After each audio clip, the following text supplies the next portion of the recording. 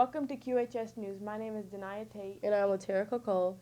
Our top story this weekend has us showcasing blue and white for the 2019 homecoming weekend.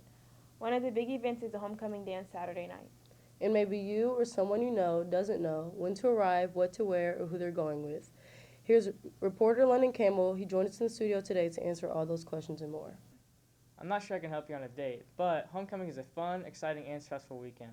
QHS News spoke with organizers to find out what's new for this year's homecoming and best tips and tricks for students to keep in mind this weekend. The Quincy Senior High School homecoming dance is Saturday night. Organizers say students need to plan their events to allow for an early arrival to the gym. Students should expect a big crowd Saturday night. Long lines to get inside are expected. Miss Buckley says you should have the essentials in hand to allow a steady stream through the doorway.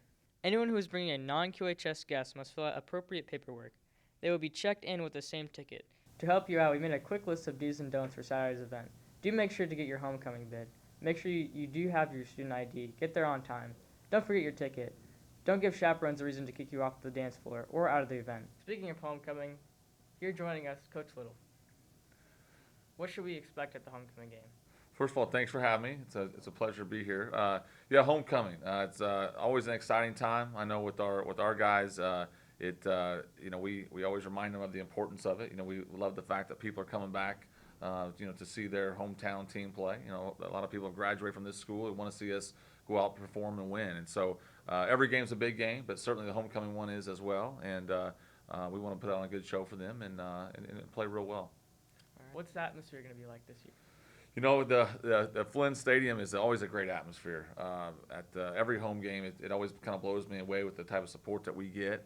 And so, you add homecoming to the mix, and it makes for a great atmosphere. So I expect it to be unbelievable. Our student body does a great job showing up. Obviously, people there to support the band and the cheerleaders and the palms and all that, and then some people there just to watch, just good old football. So you add all that up in the mix, and it's always a great atmosphere. What are you excited about for homecoming? Just an opportunity. We got an outstanding team that, obviously we love our senior leadership that we get. And, homecoming, like I said, is a special time.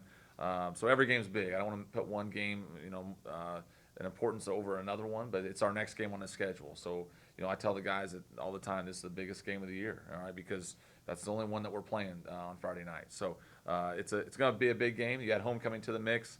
I oftentimes tell my seniors that forever, this team will be remembered by our seniors, the names of our seniors. Rarely do they remember the year, but they always remember, those senior names. And so you add homecoming to that, it should be a great night. All right, thank you for joining us, Coach Little. Hey, I appreciate it. Thank you so much. In other campus news, vaping continues to trouble lawmakers and school districts across the country. The American Lung Association calls vaping an epidemic. It says 1 in 4 students are vaping.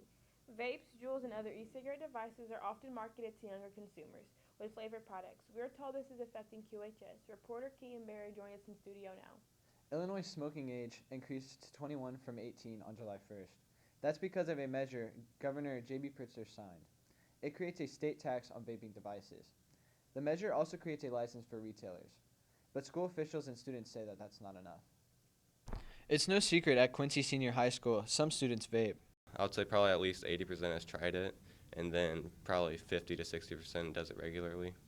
Almost everybody, because you see so many people on like Snapchat and stuff with it. Students that speak with QHS News on camera say they don't use the products. That's a smart move since all students at QHS are underage thanks to an Illinois law passed 2 months ago.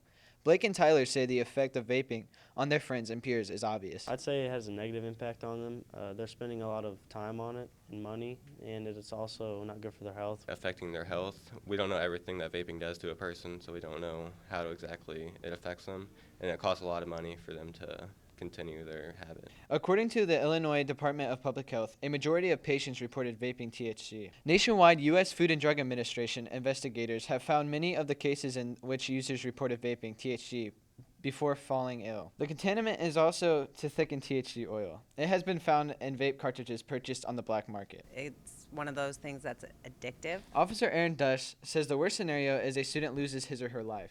She says so far the greatest sacrifice battling this epidemic is the student's education. Kids who start vaping are leaving classes or leaving school in order to smoke their vapes and power that addiction. So It's what it happens is then it's causing the kids not to be learning. Thus says there are legal consequences for someone caught vaping under the age of 21. They will receive a ticket. That includes a court date and paying the fine.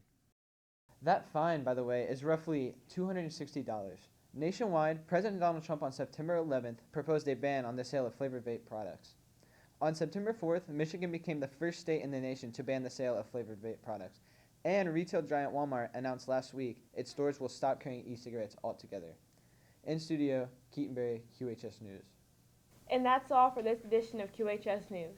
Be sure to follow us on Facebook, Instagram, and Twitter. You can always email us your news tips.